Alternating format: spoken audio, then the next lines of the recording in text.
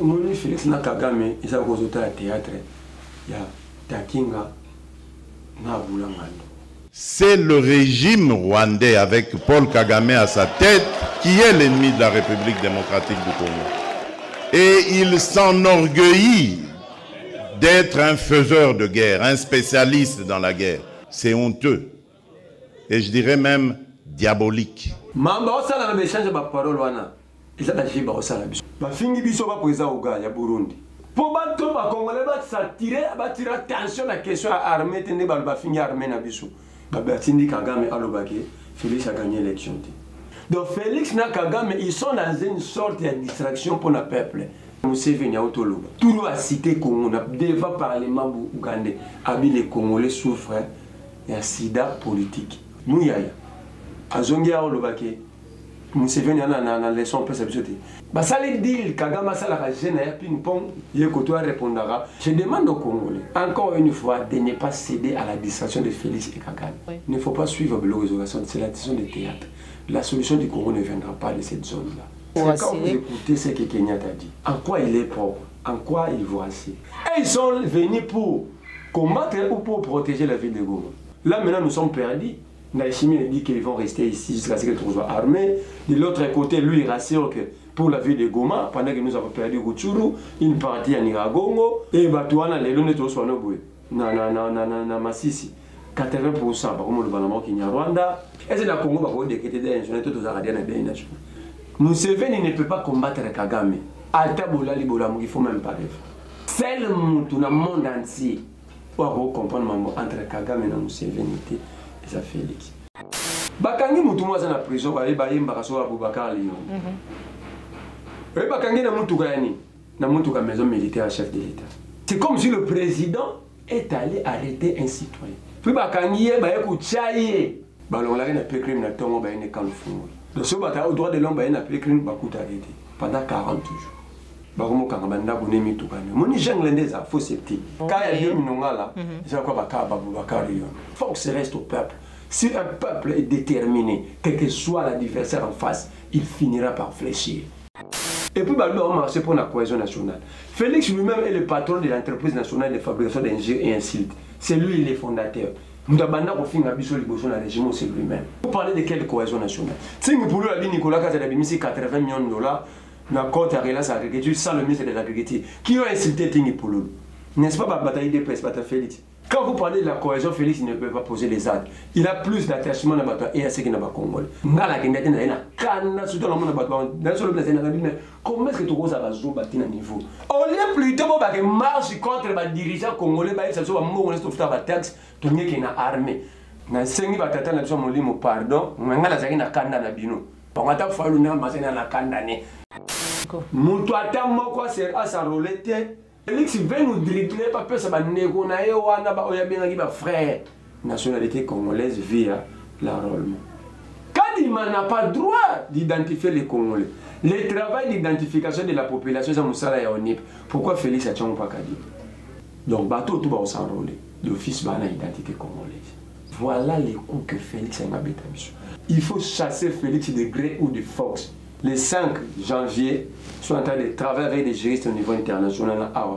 Nous avons déporté plainte contre Félix Tshisekedi pour haute trahison pour avoir vendu notre pays.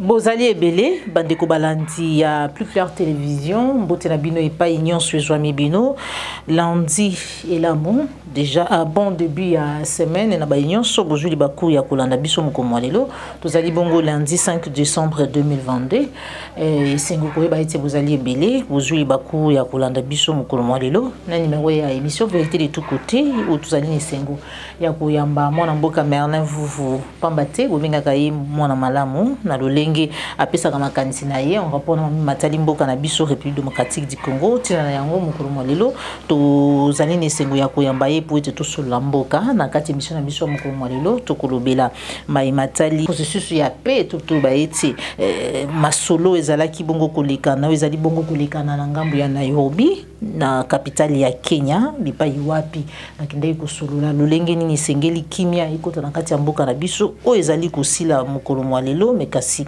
mutune ezali se moko résolution nini o ekozwa makuna alors que to yebaki ete après Luanda basengaki na bai M23 ba cesser les faits ba groupe terroriste to ba lolenge wana mekasi chaque jour baimboka bazali kokufa massacre uti kosala mabongo na ngambo ya Kishishe bipai wapi gouvernement na biso esla ko décréter 3 jours ya deuil national tozwa réaction à mon mboka Merlin Vuvu tozwa réaction na ye aussi en répondant à Matali réplique il y a président de la République et pas Paul Kagame to yebi ete Paul Kagame atali saki lolenge nini biso ba congolais to pe gouvernement na biso to pe ba congomani tango tozali ko loba masolo to pe Matali bitumba to tuna ye pourquoi parce que apparemment yazali spécialiste na Matali bitumba mon mboka Félix Antoine Tshisekedi asiliko yanola mais aussi tokobosa na te malumama ki epa ya mwana ya Museveni ou atalisi ete kosala bitumba na Rwanda ezali pe kosala bitumba na Uganda alors que mapinga ya Uganda bazali awa pona kuluka kucha kimia mayenyoso wana analyse nini oyo mwana mboka Merlin Vuvu azali kosala sans oublier marche oyo elikana ki mukolo mwa lobi 4 décembre 2022 oyo bengamaki na bayi catholique pona koloba non na balkanisation pe ko boya mapinga ya EAC na kati ya mboka na biso République démocratique du Congo. Sans plus tarder la PC matondo mingi na Joël Gonago chasseur d'image famille si ma caméra mbote na invité na ngai mwana mboka Merlin Vuvu mbote la yo mbote mama Joël mbote na bakongo mali nyonso bato ba vivre sous malédiction na ville de Kinshasa pour moni Gentini Ngobila sali 4 ans na ville de Kinshasa soko tuni mutu nyonso oyamba tunaye prix à transport na Congo ya Kinshasa za la Wileri Bandal c'est combien? Wileri magasin combien? Magasin Lemba combien? Wileri Changu combien? La dernière fois que tu as fixation à prix à transport, c'est sous Kimbuta. En 2015, magasin Wileri 450 francs. Par absence, ça va couper la miquier. Il y a 50 francs, je me retrouve à 500. Mais les lots seront qui au mati na Wileri na tongo ti magasin 1000 francs na 15 heures comme na 1500 na 20 heures comme 2000 bata moto n'en parlons même pas sur le lui va dire tu vas gérer ville rien que pour fixer prix à transport tala qui ça ndenge comme solo comment expliquez-vous Gentina du décharge ya ville à Keti à mon côté hôpital à Gitambo donc ndaba malade na bato bazo ko bagarde malade bazo bima malade lisusu pembeni ya quoi il y a une maternité bano bazo botama et les Gentiniens mituna ces enfants respirent comment Gentiniens ya alobia kireba kanivo ngali solution ya ville na urbanisme et doit résoudre na ba tirage ba caniveau tirage ba caniveau et yaka en appui mais premièrement il faut un plan urbanistique et puis un plan d'aménagement à territoire. Incapable de ça, après le bomoni ministre provincial de l'urbanisme et habitat démissionné Maman Nzeza. Tant de lobby a démissionné à comprendre qu'elle a échoué, elle est Gentini. Tout n'a pas Gentini. Bon, nous peut se ordonner assez long déjà. Alors quoi mouya yana na wana sobenga ya faire. Na ngoloba mamna bangote pour nous préserver santé mentale na. Comment voudriez-vous comprendre assez le lobby APC ordre de la gouverner n'a pas beaucoup mais c'est pas ça le tirage tout n'a assez le sécurage là c'est ils ont basé na plan ça répond à quelle programmation donc votre diriger ville mboka par hasard ah te kuna mai tonda kitala bot kire bakal non tout n'a assez le ça répond à quelle programmation ya humoni Maman Nzeza a démissionné na bisio bato ba ko démissionner awa ebele parce que ozuana mso benga na ministre ya aménagement fondation Ouidal pour nous incapable de nous produire un plan et aménagement du territoire. La ville de Kinshasa a 900 000 et quelques kilomètres carrés, mais la ville est habitée, est occupée qu'à 20%. Le ministre de l'aménagement Fondation Ouidal est incapable de nous produire un plan d'aménagement du territoire pour voir comment désenclaver la ville, comment ouvrir la ville ou comment construire le pays. Parce que il y a une relaxation d'un plan d'aménagement du territoire. Place il ne faut pas tomber, place il ne faut pas tomber. Le plan urbanistique va suivre pour urbaniser la nouvelle cité pour que lobby va dégâts et ça va empêcher le ministre des Affaires foncières à te comme Lingi. Et c'est pas ça capable de faire. Ouana mususu moni akenda kocha forage mola kingabwa. So kotina opoko tango befo tango veni forgeron. Forage wane koma site ba sandumba. Mai komo bima ya salité, l'eau n'est pas entretenue. Et soka vandi ba bengo ministre fondation ministre aménagement fondation Ouidal. Voilà l'image de la République des Assyriens. Il y a un Fukama, personne n'a pu s'enrôler. Moutou Atamoko. On va dire campagne siko. Moutou Atamoko à s'enrôler, je vais m'expliquer. Ok. Toujours les infiltration. Quel est l'autre subi infiltration? Maintenant, Félix veut régler cette affaire. Il veut les régler au lieu de infiltrer. Turo yo mutete la yo mutu akananga yo mutu akasai oriental yo mutu akatanga ya maniema ya kisasa ya banunu batu wana ba commencer ba ndeko na biso ba congolais. Ça dit Félix veut nous dribbler pas pesa ba ndeko na yo wana ba oya benga ki ba frère nationalité congolaise via l'enrôlement. Bomoni place kadi malobi identification et enrôlement des électeurs. C'est ça c'est ça la piège va biso. Cela veut dire Kadima n'a pas le droit d'identifier les Congolais. Le travail d'identification de la population, c'est Moussala et Onip. Pourquoi Félix a tchangé pas Kadima? Botouna Félix, pourquoi? Est-ce qu'on a payé au député Bazala? Est-ce que nous avons une justice?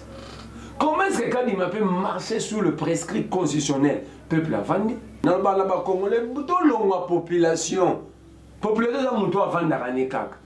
Tout comme peuple a un citoyen ou a la capacité à rouler. Non, a la capacité à non quand il faut dire non. Et dire oui quand il faut dire oui. Moi j'ai comme l'impression tout ça sur un peuple été. J'ai comme l'impression même l'opposition, bah là il y tout. Parce que moi je ne peux pas comprendre que et l'autre bon cas il m'a glissé et toute l'opposition, bah je débattre caca, bah il va tricher non. Au-delà de la tricherie électorale, on veut nous donner un coup, il y a Rwandais, Ougandais, Burundais, comme ça, on va comprendre. Par quelle voie et comment? Par quelle méthode? Dans mon cas d'Imabi, identification et enrôlement. L'article 211 de la Constitution, nulle part, pardon, Maman Joël, comme on est important, sinon, on va appeler que tout le monde par hasard. L'article 211 de la Constitution est tellement clair que même moi, on a ça la droite, à une école primaire, à comprendre. Comment expliquez-vous Kadima comment on a identifié Batou au lieu à son enrôlement? Balobinaye yé azaka pour nous enrôler bisou. Pour ça c'est comme ça la fichier électoral. Mais Kadima lobi a reçu un mot de bazoba il faut enrôler Batou à identifier. Pardon. Est-ce que ça te pour nous moindre coup? Non, il n'y a pas, mais c'est bon on a Kadima. Tout est Félix. Félix ne peut pas dire qu'il a combien comme héritage en termes de finances. Combien en termes de finances? Il y a des personnes qui boulangerie papa tika. Est-ce qu'il y a des personnes qui ont pour Kabouya, à la PCA, la Société nationale, il y a la fabrication d'ingénieurs dans silt. Kabouya, Gilles Moniere, DG. Pour aller au Nation Gili, DG, Chaud le directeur technique. Félix Yemogo, le président fondateur de la société. Alors, si vous avez un makambo, banani balobi. Banani balobi. Félix et moi, ça, n'est pas ça la Wikileaks, c'est pas ça la société nationale de fabrication d'ingénieurs et insulte. Félix, président fondateur. Kabouya PCA. C'est le monde à Kadima. Malheureusement, on a Kadima tout sous il y aura un article 211. Il est institué une commission électorale nationale indépendante doté de la personnalité juridique. Premier alinéa, point. Deuxième alinéa, la Commission électorale nationale indépendante est chargée de l'organisation du processus électoral, notamment de l'enrôlement des électeurs, virgule, de la tenue du fichier électoral, virgule, des opérations de vote, virgule, des dépouillements et de tout référendum. Alinéa 3. Elle assure la régularité du processus électoral et référendaire. Point. Alinéa 4. Une loi organique fixe l'organisation et le fonctionnement de la Commission électorale nationale. Dites-moi, la Commission est la place n'est pas identifiée. Conséquence, si vous avez un calendrier, vous avez un point 6 dans la page à sous un calendrier, vous avez sous point 31. Quand il m'a lobbyé du 1er mars 2024 au 26 février 2026, il va consolider, pas l'ONIP, il va consolider le fichier électoral et le fichier de la population. Donc, bateau tout va s'enrôler. L'office va l'identité congolaise. Donc, si vous avez une carte d'électeur, ok, non, ni conditions associées, on vous donne la carte d'identité. Pourquoi? Maintenant, mon bateau tout va comme le beau, bateau va comprendre. Bateau parmi tout, le bioté, tout limite, au fond de notre chanassi. Bah, au tchaba, on a place, on va baxi, bah, s'entendre à Kassaï, parce que bateau parmi nous, on a Kassaï. Donc, on a Kassaï, M20, tout le monde est hostilité vendue. Avant de calme, bah, ok, on est Sabine. Bon, enfin, on a Sabine. Ces gens-là vont s'enrôler. Et ces gens-là, quand ils vont s'enrôler, ils vont aller maintenant. D'office, ils ont droit. Bon, que non, ni par la carte d'électeur, bah, c'est carte d'identité. Voilà les coups que Félix a m'habité. Alors que nous avons une seule manière de régler. Un, il y a bien à Félix. Il faut chasser Félix de gré ou de force. D'ailleurs, il n'y a plus de gré, il n'y a que la force. J'appelle tous les Congolais de la diaspora, na oya intérieur. Mettons-nous debout comme un seul homme. Il faut chasser Félix. 3 ans de plus, Félix n'a pouvoir, le Congo va disparaître. Il tient bien ça, maman. Au vent du pénal, il y a un carte d'électeur, comme on appelle ça, identité congolaise. L'office, il devient congolais. Au vent du pénal, il y a Rwanda, vous avez un M23. Ils sont aujourd'hui ici par rapport à quoi? Parce que le président de la République, Ayambaki Bango, Ayambaki Bango attend qu'il banane. Ayambaki Bango, Félix a la tribu. Il faut des preuves sur la cour d'histoire. Avec Ayambi, tout les Congolais rwandophones. Parce que banane abandonne tout na Félix, tribu ou un village na mweza kawa puis na province ni. Tribu comme tout les Congolais rwandophones. Félix a bandi bakoka. Avec ça qui va banyamulenge bazaba. Congolais na tout na Félix na émission mo bazaba ndeko na biso na ba parani mama nini abotaki koko na biso mo bandaki Congo abotaki pe koko abanyamulenge kumba mama moni Félix amoni to kipe mama banyamulenge ta même biso loi sali na tribu ba tuti Congolais rwandophone na kati wana na lobaka na émission mo ko monaki ministre na biso des ITP donc muto sala relier ko sala misala ko relier Congo hein. Nous avons la carte stratégique qui a reçu la message retourne à la voie de communication. C'est un outil. On a réitéré le message. Nous avons la chose à Roloba. Bon, s'enrôler, les Congolais, qui s'enrôler, après Sinzela na Félix, à exécuter le plan. Voilà. Ne nous enrôlons pas, mais chassons Félix parce que si on s'enrôle là, ces gens-là vont nous mater pour garder Félix parce que Félix a respecté Mambo Baoloba. Il ne veut pas brasser le M23, mais il veut leur donner l'identité congolaise. Merci beaucoup, Merlin Vouvou. Donc, il y a un Nairobi, il y a un facilitateur au Kenyatta à clôturer les lots, la discussion, il y a un dialogue inter-congolais. Oui, Bandaki déjà il y a une semaine. La capitale, il y a Kenya, Nairobi, bien sûr. Kenyatta a facilitateur, il a président de la République de l'Est. Nommé par Félix Tshisekedi. Comment? Il y a déjà une République de l'Est. Oui, oui. Bana Makambo est banni. À part le président étranger, son nom est Félix Tshisekedi. Nanya Solena Félix, à Solina Kagame, il va se retrouver dans la zone où on a Bunagan, dans Rutshuru. N'est-ce pas Kenyatta? Nana Renabo Sola va déplacer combat Congolo va zaba kimi guerre na Sola na. Nani Asira qui bango qui va la tranquille, ils vont regagner leur village. N'est-ce pas Kenyatta? Et ce qu'a Félix Asira bon. Félix est bien comment déplacer mon mais Kenyatta il va comment va déplacer. Il est le président de la République de l'Est. Pour nous autres Félix va déplacer bazar combien oui mais surtout ni Kenyatta yebi.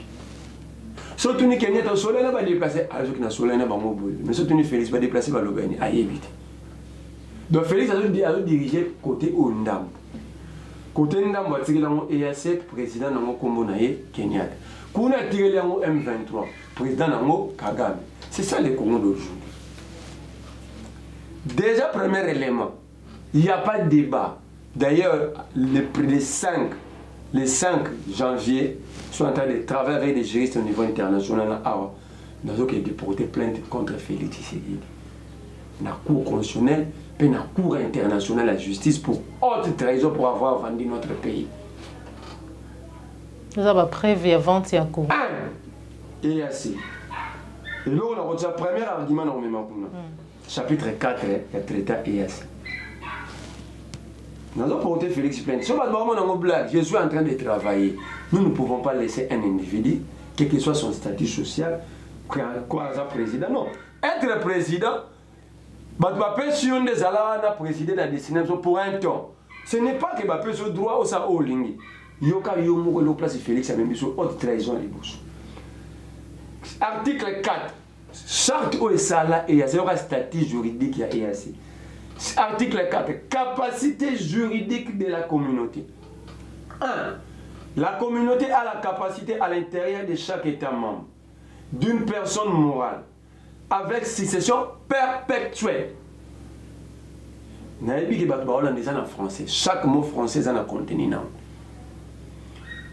Et a le pouvoir. EAC a le pouvoir d'acquérir, de détenir, de gérer et de céder des terres ou d'autres propriétés. Nous Félix a levé discours à Pesaki ba or na biso. La montée n'a pas passé là à céder à part ma belle céder ba propriété monsieur. La finance à or à passer au Ouganda tonga non zéro kotara na yo. Comment Balobi boy. Destin en justice. Destin en justice et d'être poursuivi devant les tribunaux à son nom. Donc Félix sera respecté et assez haut et porté plainte. Yoka na pointe. La communauté a le pouvoir d'exercer toutes les fonctions que lui assigne le traité, y compris d'emprunter tout ce qui est nécessaire ou souhaitable pour exercer ses fonctions.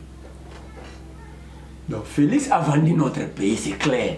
Et moi, en tant que citoyen, la Constitution me donne ce droit-là de porter plainte pour haute trahison de la République à Félix Tshisekedi. Au moins, il raison, il y a un étoile, n'a pas si ba or, n'a pas si la fonction de ma patane à Bissou. Dans le bien avant, une non double taxation à taxe. Donc Félix a donné. Ce qui est intéressant, la capacité de gérer. Il y a une déclaration présidentielle à Burundi, à Lobini, avant de Congo. Et à ce moment là, Awa, Timon Congo, vous avez armée. Donc, pour Félix, il y a EAC, général Kassomaza civil. Christian Chiwe, on a besoin de pour EAC, il y a Félix, il y a civil. Donc, il y a un Mbambe. Bajipo mona katika nzela wawa polisi azoleka baza ba Mbambe Félix Zaïtse qu'on a EAC. Donc baza ba soldat te depuis le ba policier ko ba ke nzo de éviter que voto kana la police a tête ou kana armée. Est-ce que yoki Félix a dit là ba sa biswa. Mushinda shimia le bilo moins grave contre la République. Félix a coopéré na Kagame. Kagame a le rôle à critiquer. Biso to bosse nous le côté important insulte aujourd'hui. Même si on a débat, Kagame a la leçon de démocratie de Tenga, maman Kagame dit. Ndaïchimi nous a dit que nous n'avons pas une armée. Félix, armée aux autres, vous savez, la programmation militaire. Armée aux autres, 980 millions de budget 2023. Et ça, armée. Il y a force régionale alors. Pour nous allons construire une armée et une police. Entre-temps. Oui. Ndaïsimi a baxé l'homme, à l'obi bouilli, le moins grave, à l'obi bouilli. Et vous, ceux qui ont décidé de porter les armes, nous sommes là pour vous. Il a assuré même le M23 que la force régionale est là pour eux. Et il y a une théorie en Daïchimie, une théorie à Orange. Abi, débat où il a l'ilala. Où il a troisième la roi, ça dit, et c'est tout où il en a. Il y a un groupe armé, où il a Congo. Pas et à ça y est. N'a pas où il a l'ilala quoi. Mon doigt qui a mis ça, toi, à l'eau, a fini l'ilala, Tima et Nyon sauté. Et c'est cela veut dire. Le monde de Bayoana. Tout au la richesse, c'est ah, bah, gars, mineur, est-ce que bango baye, bazo finander les là, ça veut dire bazo zouanenge balengi. Le point est bien surtout aux angles. Donc ça dit tina souka nango. Non, le grand perdant, ça c'est ça qu'on a maman les ban la défense Salomon. Perdante, quoi les la disait, ouais, maman nous allons perdre parce qu'il s'agit de notre pays. Tous ces gens-là ne vont rien perdre, plutôt ils vont bénéficier pour leurs États. Donc ici, dans ce travail, je vais porter plainte contre FS. C'est le deuxième élément à plainte. Aucun accord, aucun engagement international signé par Félix, ils allaient débattre dans l'Assemblée nationale. Aucun accord, aucun engagement signé au niveau international par Félix Tshisekedi a été ou ont été débattus dans l'Assemblée nationale. Mais est-ce que la Constitution est en tant que commandant suprême, il y a une décision? Non! Il prend au nom du peuple, les représentants du peuple sont là, parce que nous sommes dans une gestion représentative. Les députés représentent le peuple. La volonté des députés, cela veut dire la volonté de leur base. On a le biais si comme côté Constitution, non, il est légal. On lui donne le droit de ratifier les traités. Mais la procédure à l'interne veut que Caméra Longora Assemblée nationale. Accord militaire en Rwanda. Kabila Caméra Lobby, ce n'est pas passé, n'a pas passé par l'Assemblée nationale, donc ça passe pas. Mais les mêmes Caméra aujourd'hui avec Félix, ils sont là, ils laissent Félix faire. Pourquoi? Parce que là, maintenant, ils sont allés pour terrain à terrain. Ils savent que Félix a aussi le côté. Nous devons chasser Félix. Mon côté à qui nous s'enrouler. D'accord. Mais la solution pour la EAC, il ne faut pas suivre l'organisation, c'est la décision des théâtres. La solution du Congo ne viendra pas de cette zone-là. Ce n'est pas notre zone. Comme il y a EAC, à Kourasiri armée, régional à Kourasiri était Goma, et Goutika la Kouzala, impossible Goma et Kouya, Bazali Wana, Bazali Kourasiri. Quand vous écoutez ce que Kenyatta dit, en quoi il est propre, en quoi il voit assez. Notre problème, c'est la libération. C'est pas lui qui rassure, là c'est les commandants et en force régionale. Oui, je prends, c'est lui le patron à EAC. Je prends, c'est lui le facilitateur, il doit coordonner le mécanisme. Oui, notre problème, c'est qu'il va protéger Goma. Tout notre problème, c'est que nous puissions récupérer le territoire dans ces occupés. Et ils sont venus pour combattre ou pour protéger la ville de Goma. Raison pour laquelle, tant que signer un accord, on a tout le fait les grandes assemblées à la débattre pour que le PV et le ministre de la Défense, le président de la République, a expliqué que là maintenant nous sommes perdus. Naïchimi dit qu'ils vont rester ici jusqu'à ce qu'ils soient armés. De l'autre côté, lui, il rassure que pour la ville de Goma, pendant que nous avons perdu Rutshuru, une partie à Niragongo, et Batouana, les lunettes au Swanoboué, na Massisi, 80%, par contre, le Banamo qui est à Rwanda, so Matina, na Grand Nord Kuna. Je vous dis que c'est grave, il y a des quartiers qui sont rwandophones, rien que rwandophones. Alors lui, notre problème, c'est sortir de cette occupation. Et si on peut avoir une administration, même militaire ou civile, même aussi la population d'abord, premièrement, les infiltrés, mais eux, ils nous assurent que sur la ville de Goma. Alors, donc en fait, là, il nous dit, ça va être 20 ans, place au Tigeli Bang, Bavanda Kuna, donc, bisonnet au Vandiao, Balote à Tigeli Goma. Oh, la mission, c'est pas ça. D'accord. Massacre na Kichiché. Félix a décrété des 3 jours à deuil national. Mais s'il faut plaire, toi, tu as la maman de chaque jour à la deuil national. Est-ce que le Congo va décréter deuil national tout aux Aradiens à deuil national? Est-ce que le Congo peut aller à deuil national pour remettre sur le président décrétant? Le problème à Congo, au Moni Batutu à Komigara. Non, les Congolais sont dans les inutiles. Ça, c'est des photos, ça ferait sous quoi? Vous pensez que vous êtes... Ce sont des messages. Il n'y a aucun message. On l'a dit à Gim Sipete. Gim Sipete, ce n'est pas un message. Nous avons envie de ça chanter. Nous avons cité le nom de Kagame, le nom de Kagame de Museveni. Il y a Rwanda comme État, il y a Burundi, il y a Ouganda. C'est cité même dans les rapports mapping. Il n'y a rien de nouveau dans Mamboto. Le problème, c'est nous-mêmes. On a refusé depuis longtemps de réfléchir sur les solutions. On a refusé de réfléchir sur des solutions et nous sommes dans le populisme. Le rôle à jouer, moi, Sénégal, tout le monde veut faire ça. Alors, Natuni va tout le salon. C'est aussi ce salon, quelle est la solution? Maître Gims Payembi. Oui, c'est très bon. Sur le plan moral. Ambassadeur, il y a culture. Non, sur le plan moral, c'est très bon. Mais quelle est la solution? Parce que chaque jour, on continue à tuer, à prendre dans nos territoires. Cela veut dire, sur le terrain, ce que nous faisons, ça résout rien. Ça ne résout rien. Message à mon amour. C'est le mot. On appelle ce plan mot. Moi, j'ai réfléchi. Moi, quand il y a une situation, j'ai réfléchi sur les solutions. Il y a un monde même masse à l'obéna qui est quitté. Et c'est FRD, ça a besoin. D'abord, vous soutenez Armo Félix et Bata et ce que tu as en armée, vous soutenez Bana. Soutien au FRDC, FRDC, ça a gâté. Tokoyawana, mon amour. Oui. Babi, tout ça n'a pas. Il y a une place, le monde avec Félix Fallomo.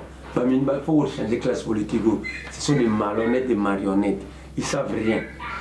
À part, regarde, député, mon ton a dit, à Tinenga, bien, ça réfléchir, non. Tingi Pouloulou. Donc, on aura des solutions, il y a un document. Exactement de tout le placement. C'est quoi la proposition? Ici, on nous donne l'embargo. Babito son bagasso Mindugi, ça m'a bête. On a discuté, beaucoup de guerre, Mindugi, mais toujours les secondes. On a français à quelquefois les malheurs et bon. Cuivre, on a une balle cartouche, et ça va cuivre. La plus grande réserve à cuivre ça. Ah, bicho. Arme ana mumamuna kali cross wana mubimba. Isa ka faire. La plus grande réserve à faire les apana. Ah, bicho. Si mayango wana muna cross arme za kali baya. La deuxième réserve à forêt mondiale ça. Pana bicho. Tozana uranium, na habité na chimba benga ngo CUD.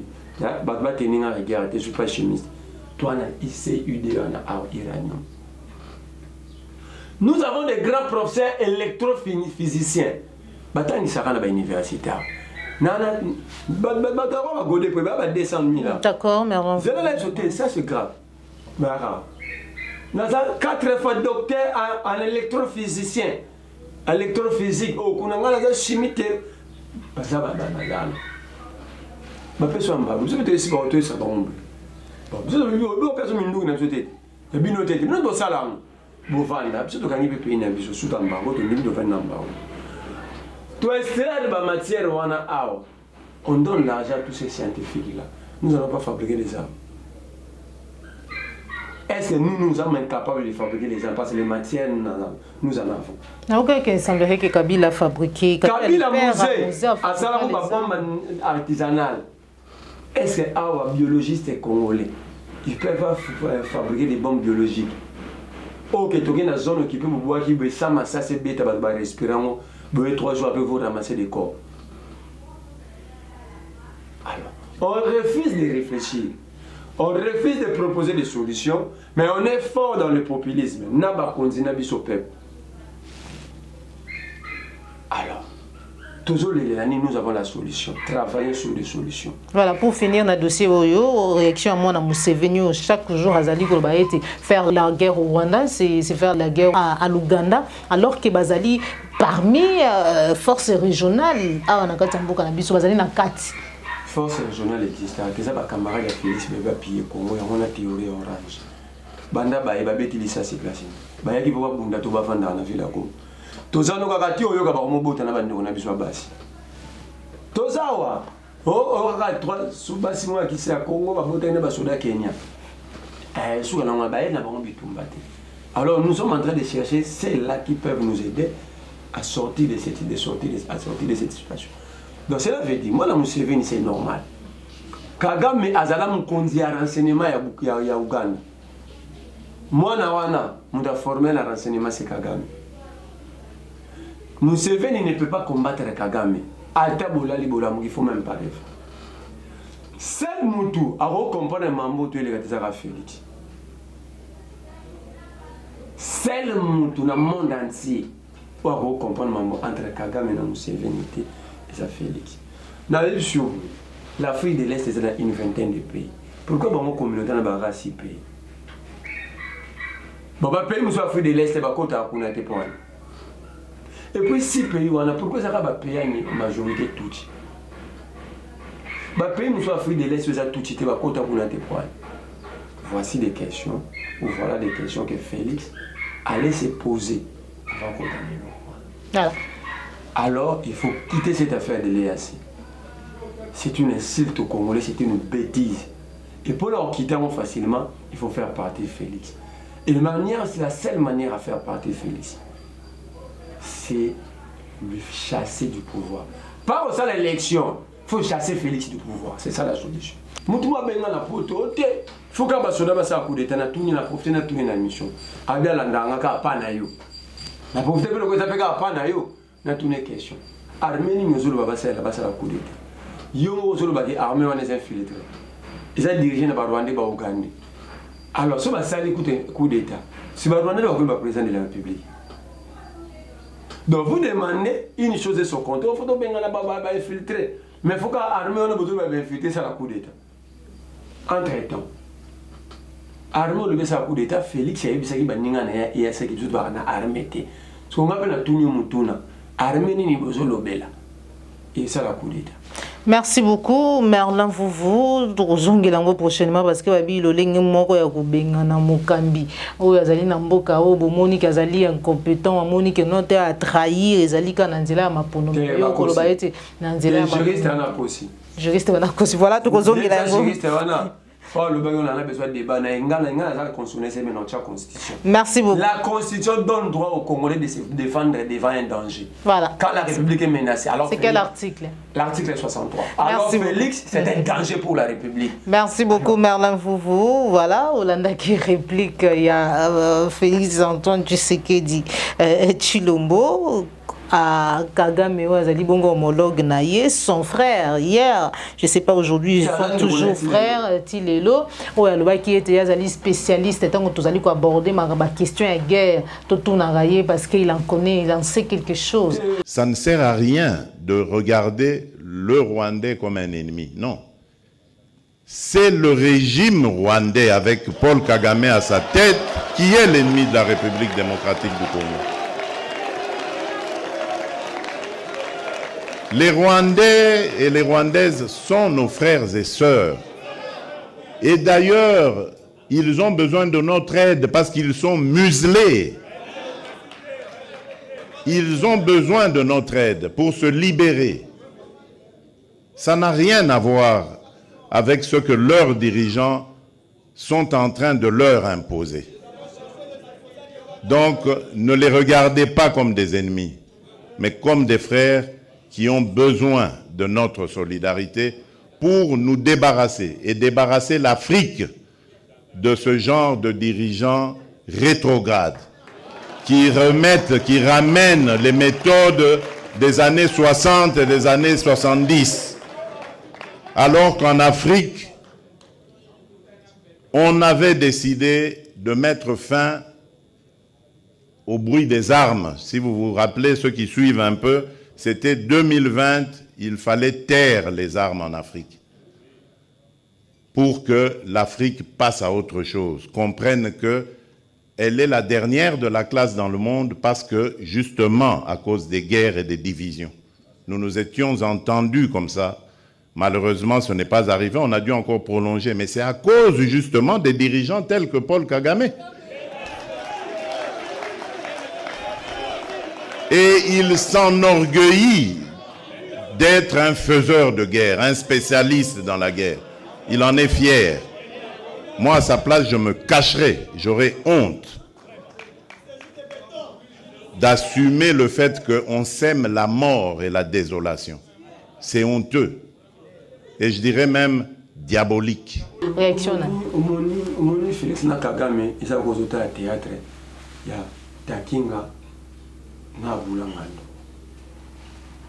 Mamba osala na échange ba parole wana. Il a la jiba osala biso. Na biso. Ba fingi biso ba président Oga ya Burundi. Sigoyo, pour bato ba Congolais ba s'attirer, ba tirer attention la question à armée tende ba fingi armée na biso. Ba Bertindi Kagame alobake, Félix a gagné l'élection. Biso nyonso to bosani mamba solo to kika wana. Zana leso ko pesa biso te. Mais il y a grave ba biso que to zana armée te. Donc Félix na Kagame, ils sont dans une sorte de distraction pour le peuple. Il y a des questions aux traités nassés. Par exemple, Museveni a Otoloba. Tout le a cité Congo, on a devant parlement ougandais. Les Congolais souffrent d'un sida politique. Pourquoi? Parce que, à répéter, maman, dans la vidéo, Abi aucun État.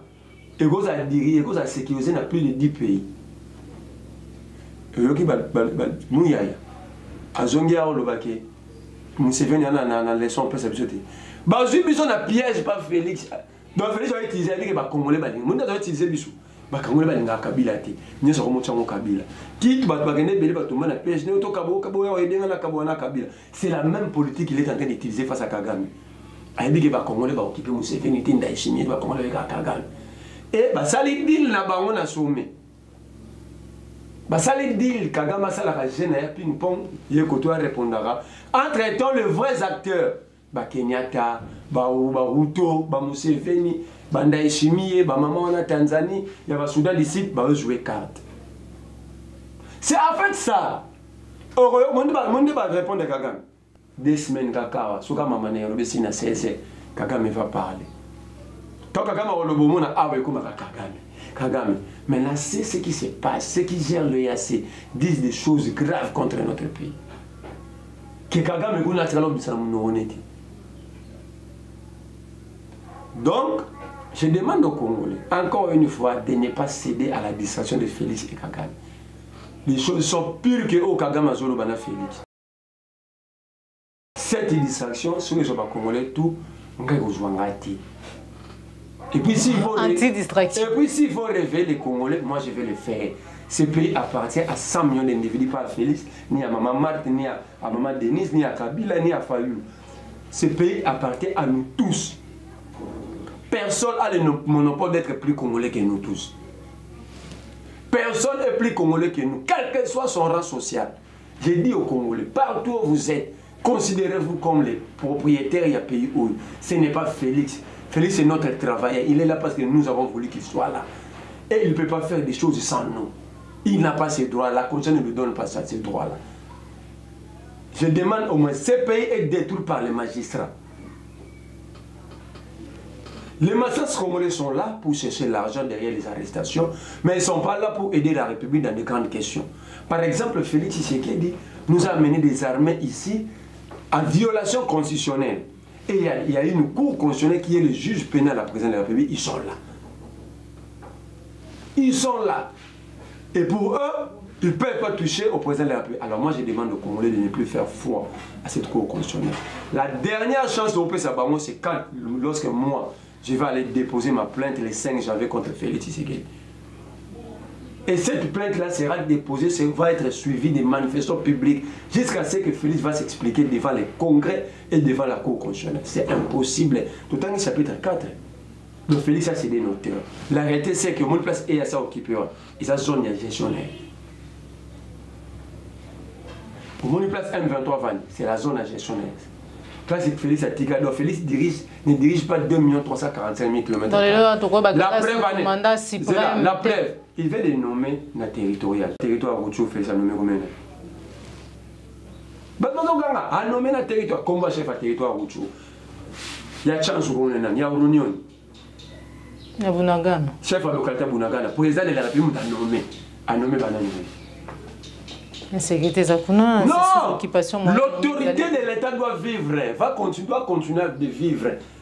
Cela veut dire, que nommé Kuna M23, pas la banque. Kotoyo, zone tampon. C'est-à-dire la force régionale a vendu à zuper pouvoir, conformément à la statine avant. Et Félix a comment diriger Kakouest. Autonomie m'a quoi. Félix est incapable. C'est-à-dire le président est là pour sécuriser son peuple, conformément à serment naïe l'article 73 Constitution. C'est-à-dire le président GE d'observer, de veiller au respect de la Constitution, de veiller à la sécurité des Congolais et du Congo. Aujourd'hui, les Congolais vivent dans la sécurité totale et dans une insécurité multiforme. Parce qu'au Congo, il y a l'insécurité alimentaire, il y a l'insécurité sanitaire. Donc en fait, ici, Félix, c'est ce qu'il dit. Pas parti. Tous les gens c'est à la porte de Kinshasa. C'est à la porte, ne prenez pas cette question comme si vous preniez une question de votre jouissance. Batindi aselona mutinga na puela bakende kuna otala situation ba komate mais ti lelo baza ba ministre et lelo même type ba ba tiweri ya mo salami na maloko 12 morts oyoki Félix alobi ya mo na lobeke surtout la pour ça ba ville morte. D'accord. Merci beaucoup Merlin. Vous comme une émission Nabiso pour finir altercation entre les jeunes Diomindengala, Naba militaire au Basaliko à Syrie, sécurité et autorité manquant. Il s'agit de qui? Qu'est-ce qui se passe? Bon, en fait, Wakwenda répondait à la question. Wakwenda. Répondez à la question. Nous sommes dans un non-État. Wakwenda, vous ne pouvez pas parler d'un État dans un non-État. C'est ce qui résume. Quelque chose à ministre, au gros le pont propriété à monde. Au gros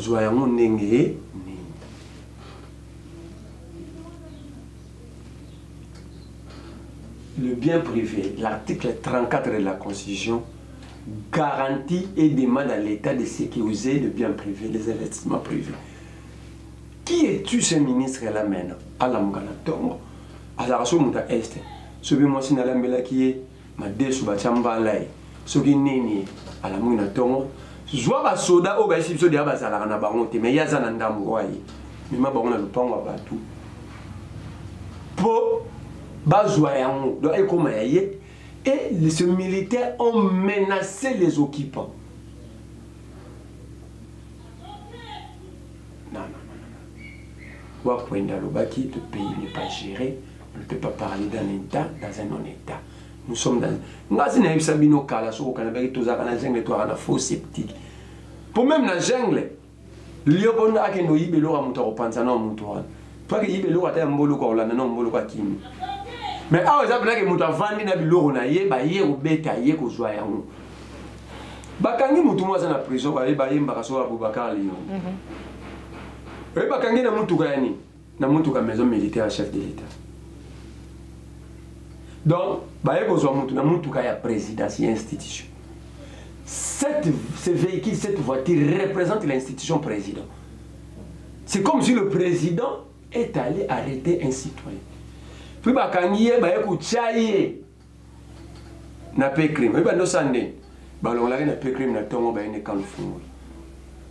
au droit de l'homme, il y a pendant 40 jours. Il va dans la prison de Makala. Tant que tu es dans la prison de Makala, sans jugement, il n'y a pas de règles, les règles n'est pas observées. Pour quelle raison? Qu'est-ce qu'il a fait? Moi, je ne les défends pas. Quelle que soit la raison, nous avons des institutions établies pour régler les différents. Alors, si on estime que toi, ce qui est, toi, après ça, l'homme, ça l'a bien été, toi, à ça, aventure ou bien fraction. Mais quel est le rôle de la justice? Il fallait que nous soyons conforme à la justice. Ce qu'on fait établi, seul moutou appelle ça ordre. Pour que nous pour nous rembourser. Ils ont mis parquet civil. Tribunal civil, ça veut dire le tribunal pénal a constaté le fait, a confirmé l'infraction au constaté à parquet, a jugé, a condamné, a tindi sur le civil, a répertorié bien, a évalué par rapport au repoussion. Mais ce qu'on a sur les salamités, on ne prend pas ça. Donc, d'abord, un parquet de Moutékangi. Moutoumou passe à la présidence, à la mouille, à la Kani Maman Joël. Avec une moutou, on a plaqué la présidence. À Kani Maman Joël. Non, tu ne l'as pas image quand elle a vu. Libana Bazola la Libanda. Nazo, tu ne l'as pas image. na mutuka ya président na plaque na ngweza wana na rotindelo na ba voice nde bazoloba qu'il faut bazoyer.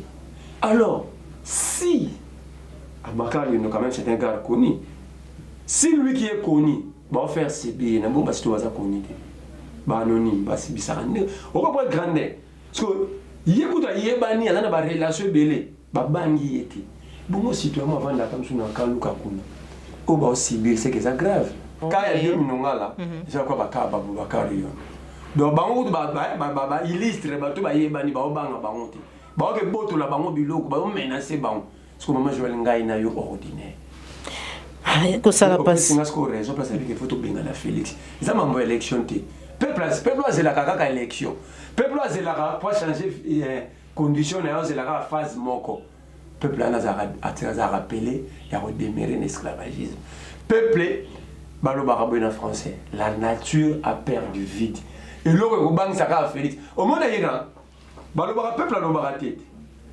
bachaki baloba moko wana moi ça on a ta pantalon moi ça le monde est modernisé babando mananzela il y a eu des morts bravo à ces peuples là il y a eu des morts oh chaque fois qu'il va même tout le monde a chambre papa va manifester le bat musu badimi papa Axel babo mi disent le babimi 2000 et puis le nesan ba dissoudre la police des mers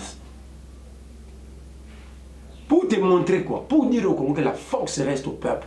Si un peuple est déterminé, quel que soit l'adversaire en face, il finira par fléchir.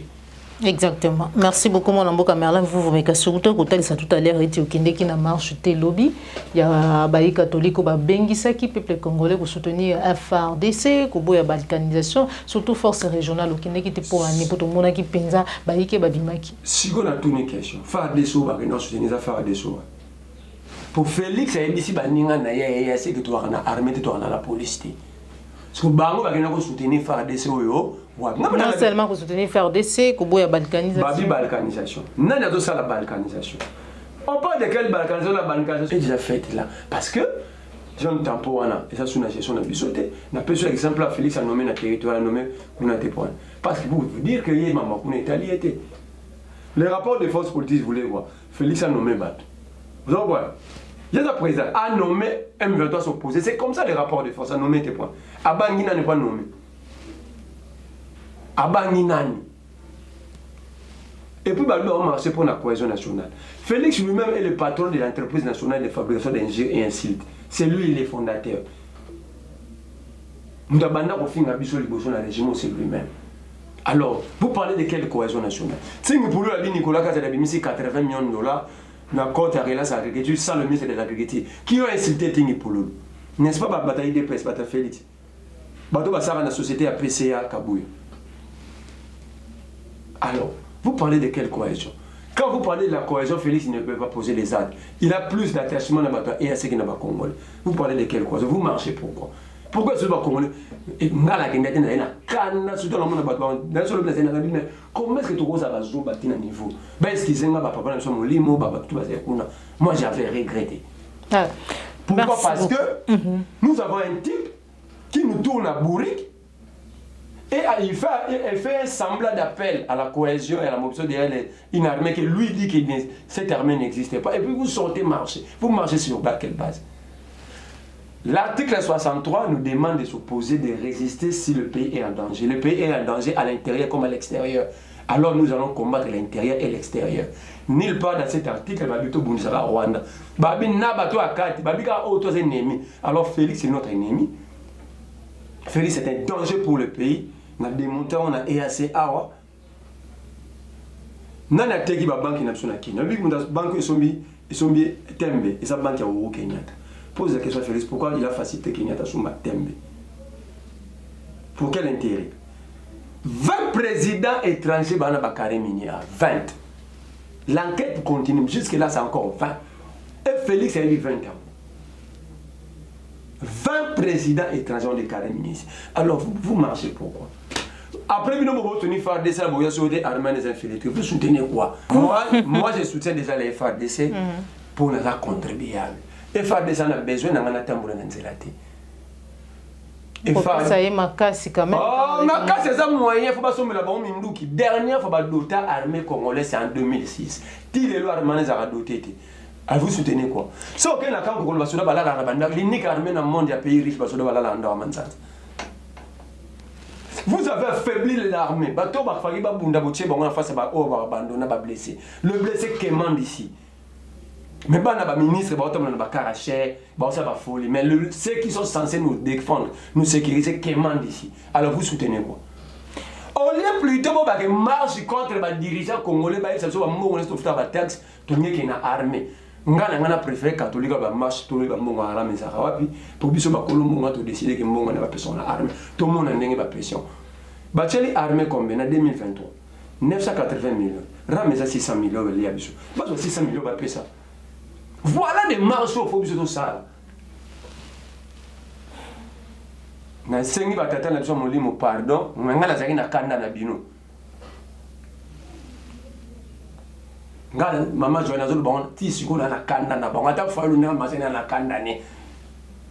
vous ne pouvez pas faire ça, vous ne pouvez pas marcher. Vous soutenez une armée que le président dit ça. On n'a pas une armée, cette armée n'existe pas. Deux, au lieu de se battre pour l'amélioration des conditions à Basoda Wana, pour que Baza la capacité de défendre les bisous, vous sortez, vous prenez des photos, vous publiez. Ça fait très mal, le mal est très profond. Donc en fait, Fayoulou et l'Église catholique, ils ont soutenu même le Rwandais. Parce qu'eux-mêmes disent que cette armée est infiltrée. Cette armée est dirigée par le Rwandais et les Ougandais. Ils ont soutenu. Ça n'est fini. Merlin, nous sommes arrivés à la fin de notre émission Vérité de tous côtés. Awato solo laka mboka na bosolo pe na bosembo bande kebele bokolimbisa baye oyo bolanda ki vidéo ya maman Joël Kombe bipai wapi na yamba ki professeur Roger Lokondo oyo. C'est comme ça que généralement na lingaka te batu batindelanga mingi ba vidéo parce que plusieurs fois na détecteur là de vidéos où mutazo émission que non c'est à tel endroit maman Joël c'est à tel endroit et alors que ça y a ngoté parce que même je me rappelle une fois ancien na loba copain ya grande sœur nanga ba betaye na ba combattant ba lobi que non tazali mutu ya ce qui peut ministre ce qui ba confondant une image et tambola alors que je connaissais la personne. Donc des fois il y a des images comme ça, c'est comme ça que moi je refuse na lingité au bout de la kanga ba image maman Joël comme là il s'est passé boye alors que c'est pas ça. Alors je m'excuse souci na biso ezalaka ya ko informer bino ko pesa bino ba sango ya solo mais il arrive des fois bino bayo to partage parce que to bakaite biso kaka tede to yebi mingi ko leka bino ti to partage kama kanisi comme ça que note des fois bo pesa ka biso ba information misusu baleki biso na mayele bo pesa ka biso ba information misusu ne yango to zwaka. Mais quand vous arrivez des fois à nous envoyer des vidéos à nous dire que note batinde lingele kana kilobi alors que c'est pas ça biso to tomber na netika des informations to batuma ko boto ko linga ko pelisa moto en tout cas c'est pas bon et je vous demande alors comme ça vraiment que vidéo routine de langage ezali authenticité ezali vraiment yangote ne m'envoyez pas des vidéos. C'est comme ça que je retirais la vidéo alors que batobe ba koma ko tunanga maman Joël vidéo je ne pouvais plus parce que je retirais la vidéo et vidéo on a kozongisa yango. Mais je vais retirer tout simplement la partie oyo na kota ki vidéo qui n'a rien à voir na makambo elekani bongo na ngambu ya maluku matundo na bino matundo na mwana mboka Marlin vous pour répondre à l'invitation na biso mokolo mwando message na yo pe numéro de téléphone la singi na bakongomani le ventre naza na matinée politique ils appellent directement lancement ya mouvement na ifol union de forces libres mutoto moni akokaka combattre parce que ça c'est un mouvement qui va combattre dans la rue. Un mouvement qui va amener ces peuples à ne pas attendre que les élections, parce que les élections ne vont rien résoudre. Un mouvement qui va aller affronter avec tout celui qui contribue à la décision Mbouka. Le 20 déjà lancement en même temps matinée politique, je vais démontrer secteur par secteur, acte par acte, comment est-ce que Félix Tshisekedi a fait la continuité de la Kabylie et ils ont détruit ensemble ces pays jusqu'à la moelle épinière. Et entre-temps, je demande aussi le soutien de ceux qui nous suivent. On va s'appeler pour soutenir le numéro de plus de 143. Plus de 143, 89, 39, 31, 940. Déjà, on a lancé appel dans les médias. En tout cas, les médias, si on a reçu une invitation, on a reçu une invitation, pardon s'il vous plaît, qu'on a été parce que Quand nous combattons pour changer les choses, nous-mêmes, nous devons être ordonnés et exemplaires. Donc, soyons vraiment ordonnés et exemplaires. Je demande à tous les Congolais vraiment de devenir nombreux, de venir soutenir, parce que nous sommes les seuls à sauver ces pays. Si on ne le fait pas, personne ne le fera à notre place. Merci beaucoup Merlin Vouvou. Merci na baïnyon sobojoa ki libaku ya kolanda biso mokolo molelo grande sœur nanga Yaya Albertine motema papa osé depuis Allemagne. Des gros bisous à toi Yaya. Merci na papa Laurambo motema maman Annie Ekila. Merci na papa Laurent Bongonza. Merci na monsieur Coucou depuis France. Mais bateau on va contacter. Si vous avez des difficultés, on a un numéro, on vous contacter directement. Maman Joël Kombi. D'accord, merci beaucoup. Merci à Jean-Louis Bébé Ouest, merci à Félix Mbatika depuis Londres, merci à Ndeko Dominique Sanal, Baignon Sombolandi Bisso, à Ngomba Kinshasa, na République démocratique du Congo, à la République démocratique du Congo, Penalibanda Yamboka, Ndetokutani Bongo Balasima, Sokinkolo, Abateli Bisso, au CPLA qui na émission Laïké, Ezalim Bala Yambo Landa Bisso, Kobosanate, ko s'abonner, na Katia Plus Claire Télévision, la chaîne de vérité. Au revoir.